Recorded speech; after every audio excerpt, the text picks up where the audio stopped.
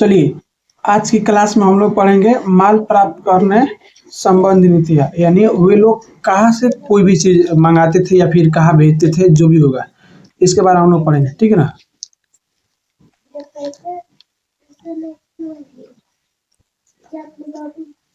कह रहा है कि जैसे कि स्पष्ट है कि शिल्प उत्पादन के लिए कई प्रकार के कच्चे माल का प्रयोग होता था। हम आपको बता दिए हैं शिल्प उत्पादन का अर्थ क्या होता है, यानी जो हाथों से बनाया जाता है। ठीक है ना, ये शिल्प उत्पादन है। इसको बनाने के लिए कई बहुत से ऐसे चीज़ें होंगी जिसको इस्तेमाल किया जाता है। जैसे मान लीजिए घड़ा बनाना होगा, तो घड़ा बनाने के लिए आपको मिट्टी चाहिए ना, तो मिट्टी जो थी ना, यह जैसे कि मिट्टी स्थानीय स्तर पर उपलब्ध है। ये जहाँ पर लोग रहते थे, मिट्टी तो हर जगह उपलब्ध है। ठीक है ना, तो ये आपकी ये मिट्टी हर जगह मिल जाती थी। लेकिन कुछ ऐसी चीज़ें जो नहीं मिलते थे, तो उसको अन्य जगह से मंगवाना पड़ता है। तो उधर जाएगा तब ना। उधर जाने के लिए क्या चाहिए रास्ता। इसका मतलब ये भी हम पढ़ेंगे। तो उधर लोग जाते थे, किस चीज़ से जाते थे और किस रास्ता का प्रयोग करते थे। तो कह रहे कुछ अन्य जैसे पत्थर, लकड़ी तथा धातु जलोढ़क मैदान से बाहर के क्षेत्रों से मांगने पड़ते थे। देखिए, जलोढ़क मैदान ये होता है, यानी जो नदियाँ होती है ना, अपने साथ जब बह के आती है ना, तो जो साथ में बहुत सारा जो अवसाद लेकर आती है ना, उसको लेके एगो एरिया एगो फील्ड में छोड़ देती है। उसी को हम लोग जलोढ़क कहते हैं। ठीक है ना। तो ये जलोढ़क मैदान कह रहा है। जैसे बैलगाड़ियों के मिट्टी से बने खिलौने के प्रतिरूप संकेत करते हैं कि यह सामान तथा लोगों के लिए स्थल मार्ग द्वारा परिवहन का एक महत्वपूर्ण साधन था। यानी बैलगाड़ी के खिलौना हम आपको दिखाए थे, पहले का वीडियो जब बनाए थे उसमें आपको हम दिखाए थे बैलगाड़ी मिट्टी से बना हुआ मिला था ना बैलगाड़ी। तो इस बैलगाड़ी से क्या संकेत पता चलता है कि लोग उनको बैलगाड़ी के बारे में जानकारी था। दूसरा बात हो सकता है कि लोग उस बैलगाड़ी से सामान ढोते होंगे, चाहे एक जगह से जाकर दूसरा जगह जाते होंगे। दूसरा बात, जब जाते होंगे तो वो रोड का इस्तेमाल करते होंगे। ठीक है ना।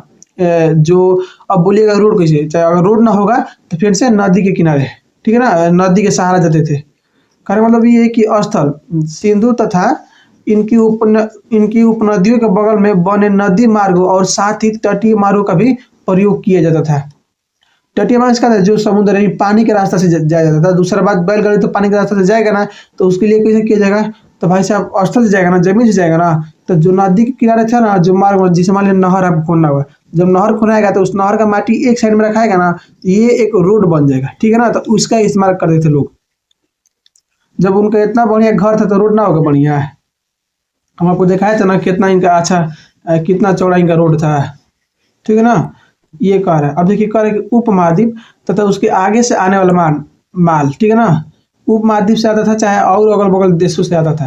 कह रहा है कि हड़प्पावासी शिल्प उत्पादन हेतु माल प्राप्त करने के लिए कई तरीके अपनाते थे। ठीक है ना। माल प्राप्त करने का मतलब ये है, कहने का इसका मतलब कहने का मतलब ये है, हड़प्पावासी कुछ ना कुछ बनाने के लिए अगर जो चीज़ उनके जगह पर ना रहेगा वो कहीं ना कहीं से मंगवाएंगे ना। तो देखिए क्या इस्तेमाल करते थे। जैसे में उन्होंने नागेश्वर और बालाकोट में जहाँ शंख आसानी से उपलब्ध था बस्ती स्थापित की। कहने का मतलब ये है, ये लोग का किया नागेश्वर और बालाकोट। आप मैप 1 में देखिएगा, अगर हम दिखाएंगे मैप 1 में, तो जानते हैं नागेश्वर और जो बालाकोट है ना, समुद्र के किनारे है। ठीक है ना। अगर हम बात करें तो आपका ये भाई साहब जो है ना गुजरात, तो आपका नागेश्वर ही जाए, ठीक है ना, इधर, और बालाकोट है ना पाकिस्तान वाला एरिया में। ठीक है ना, इधर ये दोनों समुद्र के किनारे ही, इसको याद रखिएगा। तो ये लोग का किए वहाँ पर शंख आसानी से मिल जाता था, तो ये लोग जाकर उधर बस गए। ठीक है ना, ताकि इधर से आसानी से शंख मिल जाएगा। तो आपको हम बताइए कि शंख का इस्तेमाल क्या होता है। उसे छोटे छोटे मन के बनते थे और उसे सब श्रृंगार का वस्तु बनता था, जैसे चूड़ी बन गया। हम आपको नक्शा में दिखाएंगे, तो क्या बोलते उसको, नागेश्वर और बालाकोट।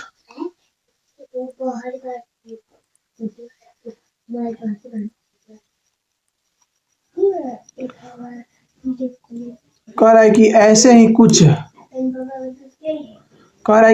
कुछ पूरा स्थल थे सुदूर अफगानिस्तान में सूरतधुई, जो अत्यंत कीमती माने जाने वाले नीले रंग के पत्थर लाजवाब मणि की सबसे अच्छे स्रोत के निकट स्थित है। यानी अफगानिस्तान आपको तो पता नहीं है, बहुत दूर था। ठीक है ना। दूसरा बात, वहाँ पर सूरतधुई जगह है, वहाँ से ना नीले रंग का पत्थर मिलता था। जिस तरह से आपको कार्नेलियन पत्थर दिखाया था लाल कलर का था, उसी तरह से नीले रंग का पत्थर होता है। इसका इस्तेमाल अंगूठी में होता है। ठीक है ना। हम आपको दिखाएंगे, उसको भी दिखाएंगे। तो ये लोग वहाँ से अफगानिस्तान से मंगवाते थे। ठीक है ना। करेंगे लोथल जो कार्नेलियन, ठीक है ना, गुजरात में भरूच जगह है, वहीं पर लोथल है। तो आपका अगर ये आपको देखिए ध्यान से, ये समुद्र किनारे है। ठीक है ना। ये आपका गुजरात है ना दोस्तों, तो ये आपका यहाँ पर लोथल है, ठीक है ना, यहाँ पर लोथल है, ये आपका गुजरात का भड़ोच एरिया है, ठीक है ना, ये वाला ये देखिएगा यहाँ पर लोथल है। तो ये समुद्र किनारे था। कह रहा है कि अफगानिस्तान में शोध धोई जो अत्यंत लोथल लोथल से कार्निलियन गुजरात में स्थित है, ठीक है ना। सेल खड़ी दक्षिण राजस्थान के उत्तरी गुजरात से है। सेल खड़ी सब कहाँ मिलता था, राजस्थान जैसे ये हमारा राजस्थान हो गया, ठीक है ना, और ये आपका गुजरात हो गया। तो भाई साहब राजस्थान के ये वाला एरिया दक्षिण में हो गया, और ये गुजरात की वाला एरिया अब उत्तर हो गया ना। तो इन एरिया से ये सब क्या मिलता था, सेल खड़ी मिलता था, ठीक है ना।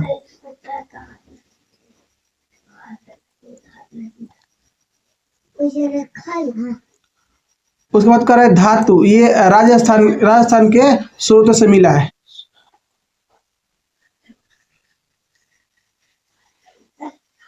कर रहा है कच्चा माल प्राप्त करने की अन्य नीतियां थी राजस्थान।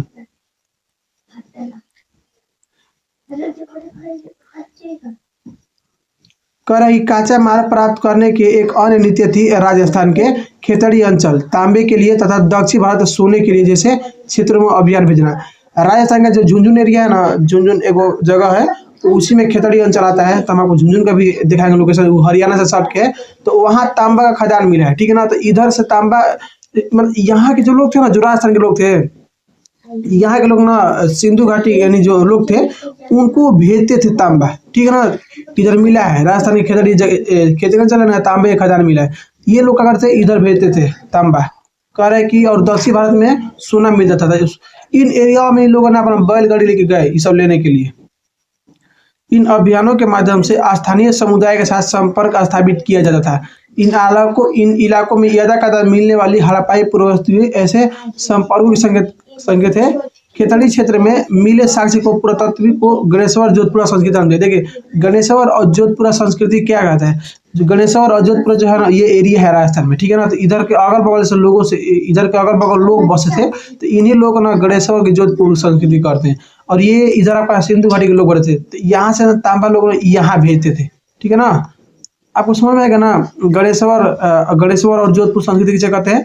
राजस्थान में एरिया है एक जगह, उधर गणेश्वर और जोधपुर जगह फेमस है। तो यहाँ से ना इधर लोग रहते थे, ये लोग का अलग सभ्यता थी। ये लोग क्या करते ना, यहाँ तांबा अधिकांश मात्रा में होता था, तो ये लोग तांबा इनको भेजते थे हड़प्पा वासियों को, ठीक है ना। तो इसीलिए इनको इनको बोला गया जोधपुर और नागेश्वर संस्कृति, और कुछ नहीं। और अगर दक्षिण भारत में लोग ये सब हड़प्पा वासी भेजे थे उधर सोना लाने के लिए। इधर सोना दक्षिण भारत में जो ये हड़प्पा वासी थे जो अपना बनाया था घड़ा वाला ना, इनका घड़ा उधर मिलता है। इनका जो मिट्टी का बर्तन था ये सब उधर मिलता है। कह कि हड़प्पा मृत भांडों से भिन्न थे। कह ना जो कह ना ये आपका गणेश्वर और जोधपुर की संस्कृति है ना, इसका जो मृत भांड था ना, मिट्टी के बर्तन, इन सबसे अलग था। उसके बाद ये जो आपका ये नागेश्वर और गणेश्वर और जोधपुर की जो संस्कृति है ना, इस सब के ना जो मृत भांड था ना, मिट्टी के बर्तन, उसको बहुत ज्यादा पका कर उसको अति किया गया था।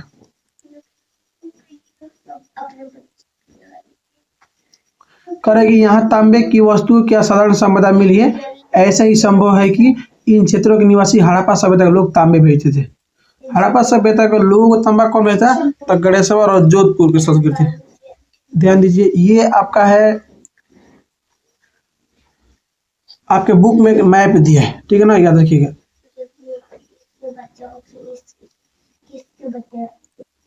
इसको हम छोटा कर देते हैं।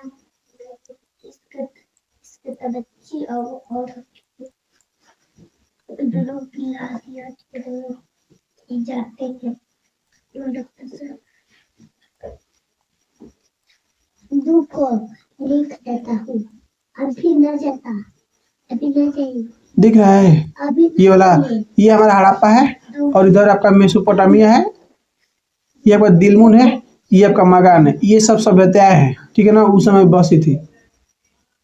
यानी जब इधर हड़प्पा सभ्यता के लोग रहते थे, इधर मेसोपोटामिया के लोग रहते थे। ये सब का आपस में व्यापार था। कर सुदूर क्षेत्रों से संपर्क।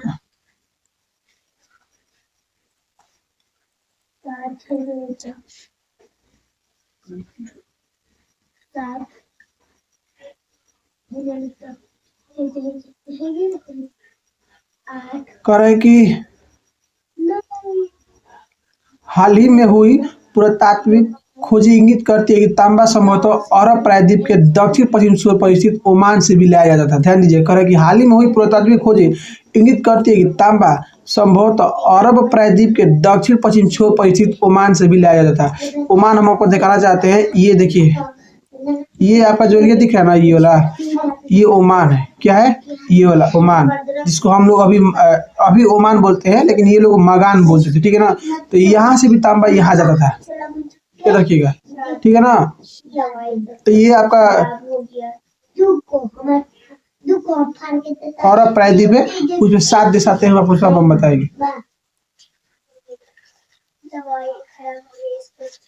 ये आपका जो है ना मगान भाई साहब, अरब प्रायद्वीप के दक्षिण पश्चिम में छोर में स्थित। ठीक है ना? दक्षिण पश्चिम में स्थित है। ये देखिए, अब ये दक्षिण पश्चिम में कैसे स्थित है, तो आप ध्यान दीजिएगा कि ये जो आपका ये वाला है, यानी अगर हम बीच बीच बात करें तो ये आपका, आप देखिए, ये वाला एरिया आपका कहा जाए नॉर्थ हो जाएगा, आपका पूर्व हो जाएगा, और ये आपका दक्षिण हो जाएगा। ठीक है ना? उत्तर पश्चिम, ये दक्षिण।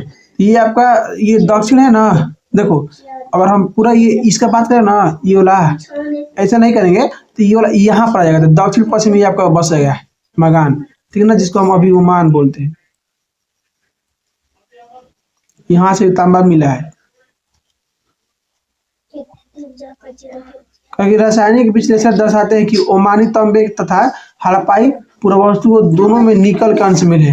यानी जब उसको देखा गया, उसमें देखा गया ना, जो ये है ना ओमान का जो तांबा था ना उसमें, और हड़प्पा सभ्यता के जो वस्तु थी थे ना, पूरा वस्तु है जो जमीन से निकाली गई थी, ये सब में ना निकल का अंश मिला है। ठीक है ना?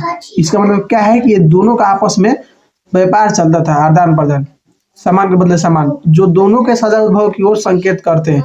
संपर्क की ओर भी संकेत मिलते हैं। एक विशिष्ट प्रकार के पात्र अर्थात एक बड़ा हड़प्पाई मर्तबान जिसके ऊपर काली मिट्टी की मोटी परत चढ़ाई गई थी, ओमानी स्थलों से मिला है। ऐसी मोटी तरल पदार्थों का रिसाव रोक देती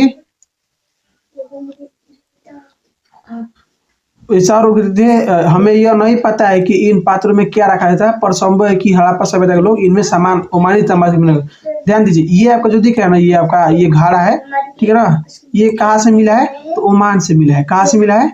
ओमान से मिला है। ठीक है ना? अगर आप ध्यान से देखिएगा, इसके चारों तरफ ना क्या किया गया है, इस घड़ा के चारों तरफ में काला मिट्टी से तोप दिया गया है। जिस तरह से आप गांव में देखे होंगे कि जो अधवन रखा था ना, तो उसपे मिट्टी से ना हम लोग के बर्तन को ऐसी कर देते हैं ताकि ज्यादा गर्म ना होगा। तो इसको इसलिए नहीं रहता कि गर्म ना होगा, इसको इसलिए तोप देते थे ना कि इसमें ना जो भी चीज रखा है ना लिक्विड ना, वो रिसाव करके बाहर नहीं निकलेगा। कहने का मतलब ये है कि आप ठंडा गर्मी के दिन में आप ठंडा पूरा पानी लेके गिलास में रखिएगा। ध्यान दीजिएगा, जैसे ही गिलास में रखिएगा ना, देखिए गिलास से बूंदा बूंदा लेखा पानी बाहर निकलने लगेगा, निकलता है ना। तो ये ऐसा ना हो, इसीलिए लोग मिट्टी से तोप दिए थे।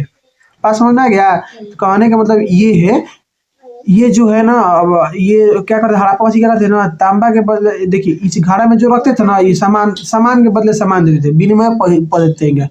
यानी इस घड़ा में जो होगा ना, उनको दे देंगे पहले लेंगे, यानी सामान के बदले सामान। हड़प्पावासी और ओमान के लोगों का था आपस में विनिमय था, सामान के बदले सामान।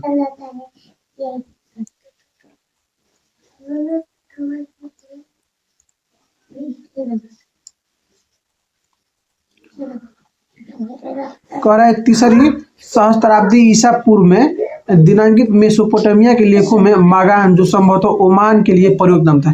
मेसोपोटामिया हम आपको दिखाई कि मेसोपोटामिया कहाँ स्थित है। तो ये मेसोपोटामिया के लोग जो है ना, ओमान आज के डेट में उसको मगान बोलते थे। क्या बोलते थे? मगान बोलते थे। ठीक है ना? क्षेत्र तांबे से आगमन का संबंध मिलते, यानी मेसोपोटामिया के लोग और मगान के लोगों में आपस में व्यापार चलता था, तांबे का मिला उधर। रोचक बात यह है कि मेसोपोटामिया के स्थलों से मिले तांबे में भी निकल का अंश मिला है। ठीक है ना? तांबे में भी निकल के अंश मिले। मेसोपोटामिया के स्थलों से मिले तांबे में भी निकल का अंश मिले। मेसोपोटामिया से जो तांबा मिला है, उस तांबा में निकल है। ठीक है ना? लंबी दूरी के संपर्कों की ओर संकेत करने वाले अन्य पुरातात्विक खोजे में क्या है? हड़प्पाई मुहर है, बाट है, पासे है तथा मन के, ये सब क्या है? लंबी दूरी के संपर्क। कहने का मतलब ये है कि देखिए, लंबी दूरी का मतलब ये ना, कुछ चीज ना हो पाती है, आप डायरेक्ट जाकर नहीं मिल सकते हैं, तो कुछ चीजों का आदान प्रदान होता है। ठीक है ना? इसी के चलते होता है। मान लीजिए हमको जाना होगा कहीं पर, तो भाई साहब मोहरे के द्वारा हम लेके जाएंगे, दिखाएंगे ना कि ये हम यहाँ से आए हैं। इस तरह से जब आपके पास फोन है, उस समय यही सब चीजें था।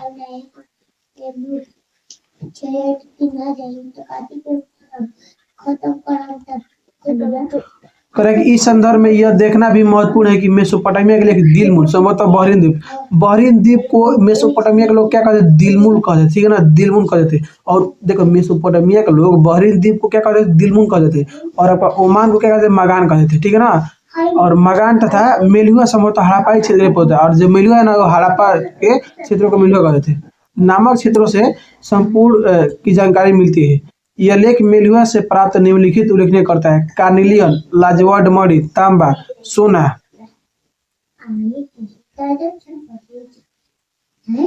हम आपको दिखाई भी कार्निलियन कैसे होता है, लाल पत्थर होता है, चमकता होता है। कार्निलियन, लाजवाब मणि, तांबा, सोना तथा विभिन्न प्रकार की लकड़ियां। मेलुआ के विषय में एक मेसोपोटामियाई मेथक यह बताता है कि तुम्हारा पक्षी हाजा पक्षी, उसकी आवाज राजप्रसाद से सुनाई देती है।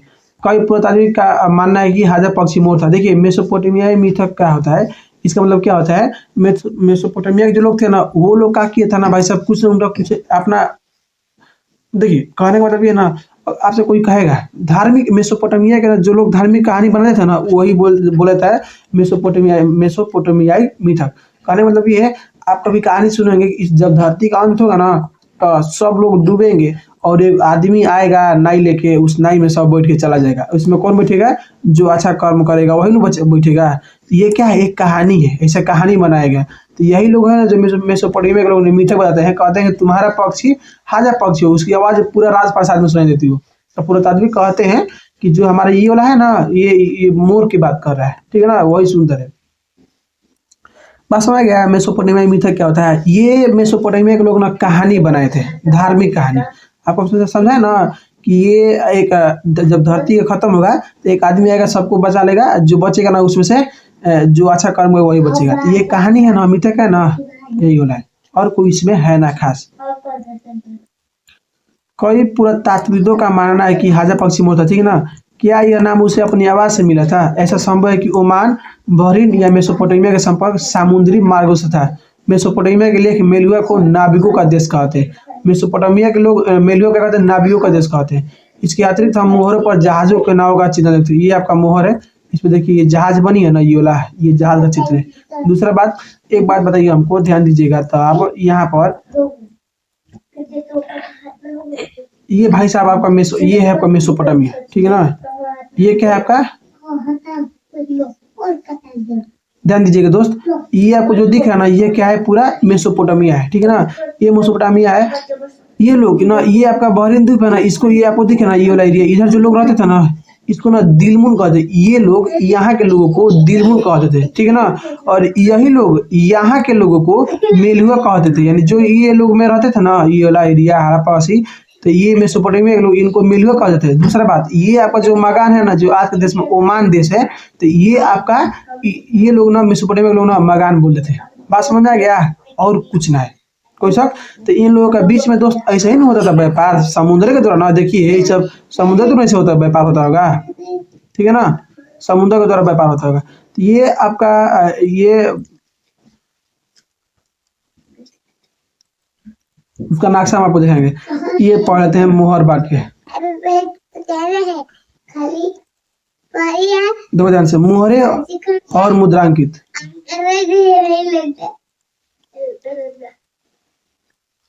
करे कि मोहर और मुद्रांकनों का प्रयोग लंबी दूरी के संपर्कों को सुविधाजनक बनाने के लिए होता था। मोहर का प्रयोग क्यों होता था? लंबी दूरी के लिए होता था। कल्पना कीजिए कि सामान से भरा एक थैला एक स्थान से दूसरे स्थान पर भेजा गया है। इन्हीं सोचिए जरा कि एगो बोरा में हम सामान रख दिए और उसको एक जगह से दूसरे जगह भेजना है, दूसरे के द्वारा भेजना है, ठीक है ना।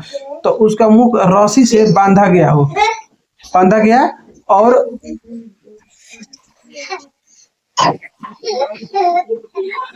चुप।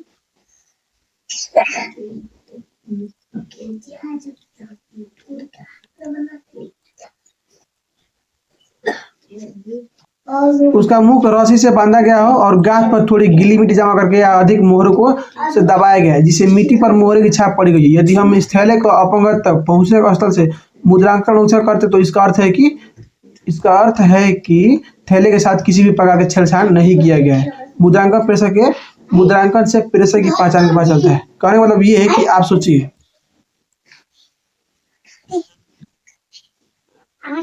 देखिए आपको कहीं जाना होगा, ठीक है ना, आपको मान लीजिए कुछ पार्सल भिजवाना होगा, तो उस पार्सल भिजवाने के लिए आप ना इमेजिन कीजिए एक झोरा में आप कुछ पैक कर दिए, उसको दूसरी जगह भिजवाना है।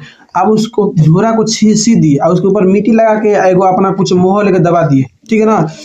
उस अगर उस ये जो आप जो भेजे हैं वहां पहुंचने तक अगर वो मिट्टी का मोहर नहीं हटा रहेगा, चाहे जो भी ना होगा नहीं हटेगा, इसका मतलब ये जिस जैसे भेजा गया था वहां से वैसे हूबहू है। कहने का मतलब ये है कि आज के डेट में ऑनलाइन के जमाना में फ्लिपकार्ट से आप सामान मंगाते हैं तो उसका पैक रहता है ना पूरा, अगर वो फाटा हुआ है इसका मतलब कि ये बीच में छेड़खानी किया गया है। इसके चलते आप क्या समझते हैं, अगर वो पैक रहेगा तो भाई साहब हाँ ये जैसे पैक किया गया है वैसे हूबहू हमारे पास आ गया है। तो ये लोग ये वही करते थे, मिट्टी बनाते थे, ठीक है ना, छोटा छोटा जिनको सामान इनको सामान भेजा था तो ये मिट्टी सामान बोरा में पैक करे थे और उस बोरा पे मिट्टी लगाए थे और इनके पास जो मोहर था ना उस मोहर को दबा देते थे। देखिए इस मोहर को दबाया गया है, ठीक है ना। इससे ये पता चलता है ना कि ये कहाँ से आ रहा है और के भेजा है। दूसरा बात, इससे प्रेशर का पता चलता है। मान लीजिए जाएगा ना तो कोई देख के कहेगा ना हाँ ये इसका सामान है भाई मत छू। पास में गया ये पहचानने के लिए मिट्टी का ये आपका ठेपा मारा जाता था। इसमें कोई सा देखिए हम आपको दिखाते हैं, ये हम लोग इतना पढ़े, एक रहस्यमय लिपि हम आगे पढ़ेंगे आपको हम दिखाते हैं। ये जो है ना हमारा दोस्त कहावा है ना, देखिए नागेश्वर और बालाकोट ये समुद्र के किनारे हैं, आप इसको ध्यान दीजिएगा।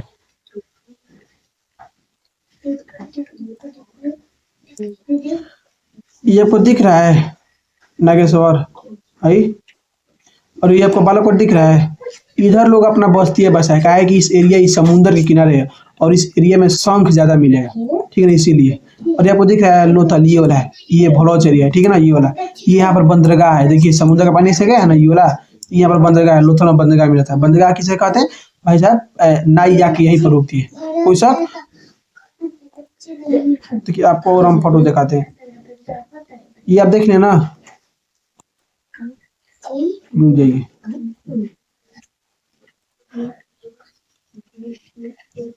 ये आपको दिख रहा है नीले रंग का है, ये मणि है, मणि का सॉरी नीले रंग का पत्थर ये कहाँ से मिला है, तो वहां से अफगानिस्तान में सुर्तधुई जगह है, ठीक है ना, उधर से दूर था। देखिए इसका अंगूठी में इस्तेमाल होता है ना, ये लाजवाब जो मैंने आपको बताया कार्नेलियन उसका भी बनाया है, ऐसा ही इस्तेमाल होता है।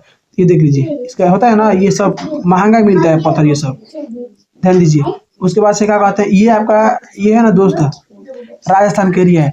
ये जो आपका दिख रहा है ना झुंझुनू वाला एरिया, इस एरिया में ना आपका तांबा मिला था। क्या मिला था इस एरिया में आपको, क्या मिला था, ये आपको जो एरिया दिख रहा है ये वाला एरिया में तांबा मिला था, ठीक है ना, ये वाला एरिया। तो इधर के लोग रहते थे ना, यहीं के लोग ना इधर के लोगों को पाकिस्तान जो हड़प्पा सभ्यता के लोग थे इधर के लोग तांबा भेजते थे, ठीक है ना। तो ये आपका जोधपुर संस्कृति यही वाला है, क्या देखिएगा कोई शक। ये वाला आपका देखिए हरियाणा सटा हुआ है ना ये वाला एरिया, तो इस एरिया में ये रहते थे। देखिए हम दिखाते हैं आपको, ये आपको दिख रहा है ना यहाँ पर ये वाला गणेश्वर और जोधपुर संस्कृति, ये वाला वही जगह है, ठीक है ना, गणेश्वर और जोधपुर संस्कृति याद रखिएगा। जो हम आपको देखा है ना वहाँ पर अभी राजस्थान में, वहां से ये वाला यही वाला दोस्त, ये वाला ये जो आपको दिख रहा है ना झुंझुन इस एरिया में है, ठीक है ना। इस एरिया में लोग जो रहते थे इधर तांबा देते थे, झुंझुन एरिया है इधर। ये आपका है राजस्थान का माता है, ये देख लीजिए आपका, ये आपका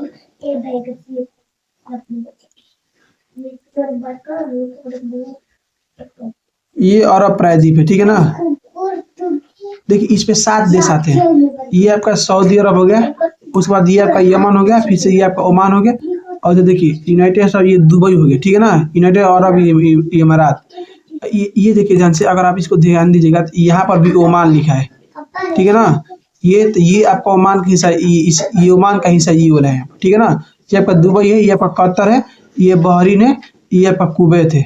ये 7 गया ना, देखिए एक कुवैत हो गया, बहरीन 2 गो, कतर 3 गो, यूनाइटेड अरब अमीरात दुबई 4 गो, ओमान 5 गो, ये आपका यमन 6 गो, ये सऊदी अरबिया 7 गो। ठीक है ना। ये अरब प्रायद्वीप पे 7 देश आते हैं, याद रखिएगा।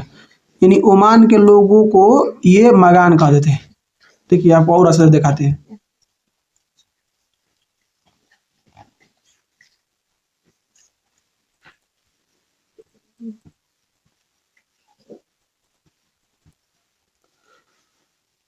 देखिए ये अरब प्रायद्वीप पे इसमें 7 देश आते हैं।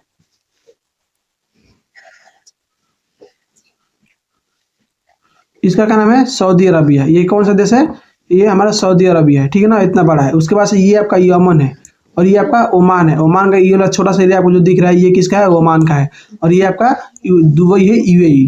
तो ये कतर है, यहाँ पर ये छोटा सा बहरीन है, ये कुवैत है। देखिए इसको जूम करते हैं, देख लीजिए ये दिख रहा है आपको, बहरीन छोटा सा है। और ये आपका कुवैत है, ये आपका दुबई है, ये कतर है। ठीक है ना, ये कतर, दुबई, ये ओमान। तो भाई साहब ये हरा सिंधु कर मेसोपोटामिया के लोग इस ओमान को क्या नाम रखे थे? मगान। ठीक है ना। और ये आपको जो दिख रहा है ना, ये वाला एरिया कतर आपको दिख रहा है, जो ये वाला है, इधर के लोगों को ना ये दिलमुन कहते थे। क्या कहते थे? दिलमुन। जो इधर वाला एरिया था ना, ये वाला एरिया, इस एरिया में जो लोग रहते थे तो इनको दिलमुन कहते थे। क्या कहते हैं? दिलमुन।